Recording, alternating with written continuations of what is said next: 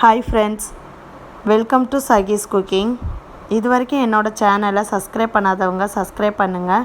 கூடவே இருக்க பெல் பட்டனை கிளிக் பண்ணுங்கள். அப்போ தான் நான் போடுற எல்லா வீடியோஸும் உங்களுக்கு நோட்டிஃபிகேஷனாக வரும். இன்றைக்கி நம்ம வீடியோவில் என்ன பார்க்க போகிறோன்னா வேர்க்கடலை சட்னி எப்படி பண்ணுறதுன்னு தான் பார்க்க போகிறோம். இது இட்லி தோசைக்கு ரொம்பவே சூப்பராக இருக்கும். இது பண்ணுறதுக்கு ஒரு கடாயில் 1 கப் அளவுக்கு வேர்க்கடலை எடுத்திருக்கேன். அதை வறுத்து எடுத்துக்கலாம். இது வறுத்து எடுக்கும்போது நமக்கு ஸ்டவ் ஃபுல்லாக லோ ஃப்ளேமில் தான் இருக்கணும்.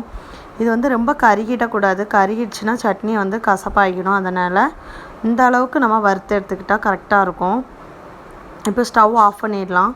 இதை வேறு ஒரு பிளேட்டுக்கு நம்ம மாற்றிட்டு சூடு ஆறுனதுக்கு அப்புறமாட்டு அதோட தோல் எல்லாமே நம்ம ரிமூவ் பண்ணி எடுத்துக்கலாம்.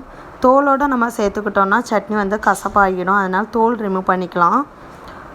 நெக்ஸ்ட்டு ஒரு பேனில் ஒரு ஸ்பூன் அளவுக்கு எண்ணெய் விட்டுருக்கேன். அதில் காரத்துக்கு ஏற்ப காஞ்ச மிளகாய் வத்தலை ஆட் பண்ணிக்கோங்க. நான் 6 வத்தல் ஆட் பண்ணியிருக்கேன். இது காரம் கம்மி, அதனால் 6 ஆட் பண்ணியிருக்கேன். இதை இந்த மாதிரி கிள்ளி போட்டுக்கோங்க. அப்போ தான் மிக்சியில் ஈஸியாக அரைஞ்சிரும். அதோட 2 பல் பூண்டு ஆட் பண்ணியிருக்கேன். ஒரு சின்ன நெல்லிக்காய் சைஸ் அளவுக்கு புளி ஆட் பண்ணியிருக்கேன். அதை ஒரு 30 செகண்ட்ஸ் லைட்டாக வதக்கி விட்டுடலாம். இப்போ நம்ம ஸ்டவ் ஆஃப் பண்ணிக்கலாம்.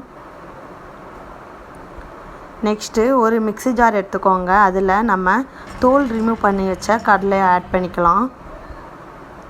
அது கூடவே வத்தல், புளி, பூண்டு இதெல்லாம் ஆட் பண்ணிக்கலாம். 2 ஸ்பூன் அளவுக்கு தேங்காய் துருவல் அதையும் ஆட் பண்ணிக்கலாம்.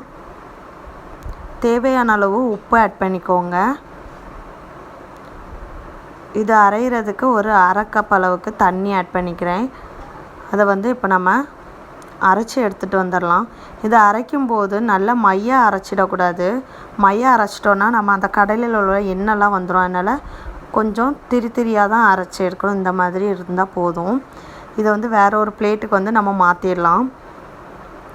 அந்த மிக்ஸி ஜாரை அலசி அதோட தண்ணியும் ஆட் பண்ணிக்கலாம். உங்களோட கன்சிஸ்டன்சி பொறுத்து தண்ணி ஆட் பண்ணிக்கோங்க. நெக்ஸ்ட் ஒரு தாளிப்பு கொடுத்துடலாம். ஒரு கடாயில் 1 ஸ்பூன் நல்லெண்ணெய் விட்டுருக்கேன். கொஞ்சமாக கடுகு, உளுத்தம்பருப்பு ஆட் பண்ணியிருக்கேன். ஒரு காஞ்ச வத்தல், கொஞ்சம் கருவேப்பிலையும் ஆட் பண்ணியிருக்கேன்.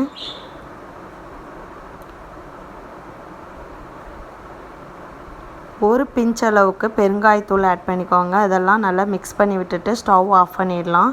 இப்போ அந்த தாளிப்பை நம்ம சட்னியில் ஆட் பண்ணி கலந்து விட்டுக்கலாம். நம்மளோட சூப்பரான டேஸ்டியான வேர்க்கடலை சட்னி ரெடி ஆயிடுச்சு. கண்டிப்பாக இதே மாதிரி செஞ்சு பார்த்துட்டு என்னோடய கமெண்ட் பாக்ஸில் கமெண்ட் பண்ணுங்கள்.